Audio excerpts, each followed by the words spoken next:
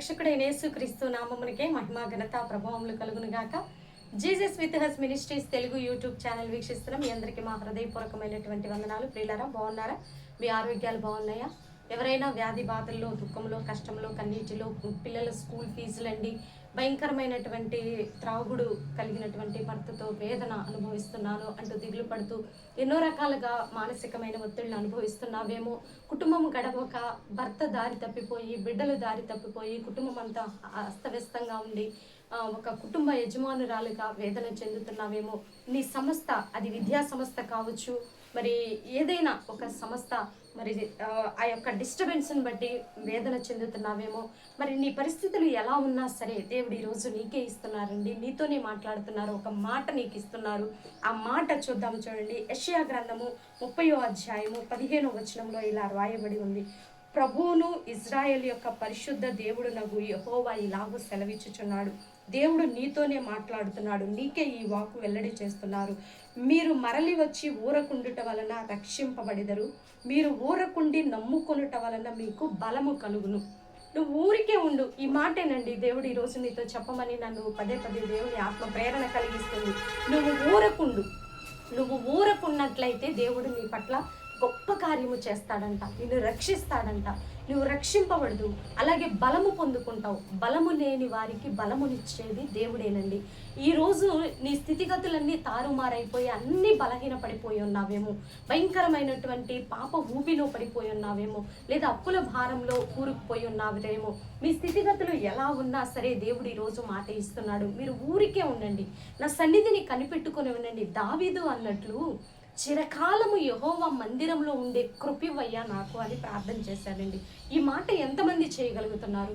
చిరకాలము నీతోనే ఉండే కృపివయ్యా, కష్టమైన వ్యాధైన బాధైన స్థిరత్వము నాకు దయచేయ్యా, స్థిరంగా ఉండే కృప దయచేయి. ఎందుకంటే నీవే స్థిరమైన దేవుడివి, నీవే నిజమైన దేవుడివి. క్రీస్తు అనే బండ మీద నేను కట్టబడే కృపివయ్యా, స్థిరమైన పునాది నీవేనని నేను గుర్తించి నీ అందే స్థిరమైన మనసు, స్థిరమైన క్రియలు, స్థిరమైనటువంటి ఆలోచనలు కలిగి దేవుని మీదే ఆనుకునే హృదయం నీకున్నప్పుడు ఖచ్చితంగా దేవుని నీ జీవితంలో నువ్వు ఊరకుంటేనే కార్యాలు చేస్తాడంట. యుద్ధము యెహోవాదే. ఆయన కార్యం చేయగా ఆపగలిగిన వారు ఎవరండి అని పాడుకోవటం కాదండి, ఆయన మీద ఆనుకోవటంలో నీవు స్థిరత్వము కలిగి ఉండాలా. చంచల మనస్సు కాదు, స్థిరమైన మనస్సు కలిగి ఉండాలా.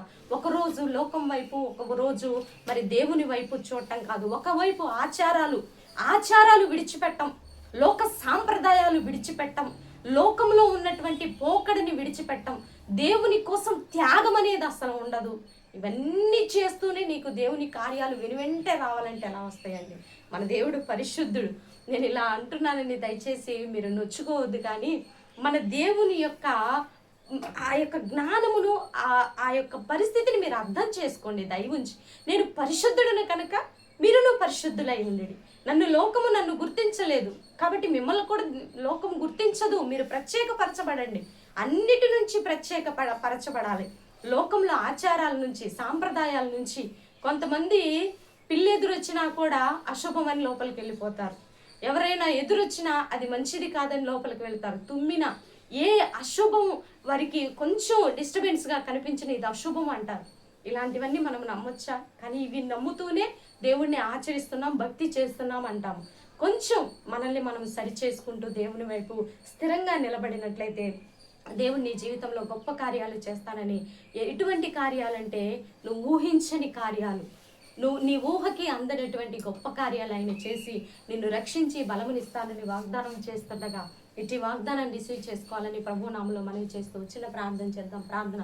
పరిశుద్ధుడా, మహాగణుడ, ఘనమైన తండ్రి, మీరు ఇచ్చిన గొప్ప వాగ్దానాన్ని బట్టి నీ కృతజ్ఞతాస్తుతులు. నువ్వు ఊరికుండు, నేను రక్షిస్తాను, బలమును కలుగ చేస్తాను. ఆరోగ్యపరంగా, ఆర్థిక పరంగా, కుటుంబ పరంగా, వ్యక్తిగతంగా, మానసికంగా, శారీరకంగా అన్ని విధాలా మీరు తోడుగా ఉండి రక్షించే దేవుడు అని అయ్యా వారి విశ్వసించి నమ్ముటలో నీ కృప చూపించి సహాయం దయచేయమని ఈ వాగ్దానాన్ని ఎంతమంది అయితే రిసీవ్ చేసుకుంటున్నారో ఆ బిడ్డల జీవితాల్లో గొప్ప కార్యాలు చేయండి. భారతదేశాన్ని, తెలుగు రాష్ట్రాలని దీవించండి. స్కూల్ ఫీజెస్ కట్టవలసిన బిడ్డలకు సహాయం దయచేయండి. స్కూల్ ఫీజెస్ కావాల్సినటువంటి అవసరతలు, అక్రతలు వారి బిడ్డలకు కావాల్సిన ప్రతిదీ సమకూర్చమని ప్రార్థిస్తున్నాం. కాలేజెస్కి వెళ్ళే బిడ్డలకు కూడా తోడుగా ఉండండి. ఆయా డిపార్ట్మెంట్స్లో ఉన్న ప్రతి బిడ్డల్ని మీరు దీవించండి. వ్యాపారస్తులు, ఉద్యోగస్తులు, రైతుల్ని, ఆయా సమస్త ప్రజల్ని మీరు జ్ఞాపకంలో ఉంచుకొని సమస్త మార్గముల యందు నాయన నీ ప్రవర్తన కలిగి మేము జీవించే కృపను మాకు దయచేయమని యేసయ్య ఈరోజు బర్త్డే, వెడ్డింగ్ డే జరుపుకునే బిడ్డలందరినీ కూడా మీరు దీవించి ఆశీర్వదించమని, మా కుటుంబాన్ని కూడా జ్ఞాపకంలో ఉంచుకోనమని, అయా చిన్న బిడ్డ జాహ్నవి అయా బిడ్డ జాడ తెలియటకు సహాయము దయచేయమని యేసయ్య అతి పరిశుద్ధమైన ఉన్నతమైన నామంలో అడిగి వేడుకొని పొందుకొని ఉన్నాము తండ్రి. ఆమేన్, ఆమేన్. ప్రియులారా, ఈ వీడియో మీకు నచ్చినట్లయితే లైక్ చేయండి. దేవుని యొక్క మహాకృప మనందరికీ తోడుగా ఉండి నడిపించును గాక. God bless you. Praise lord.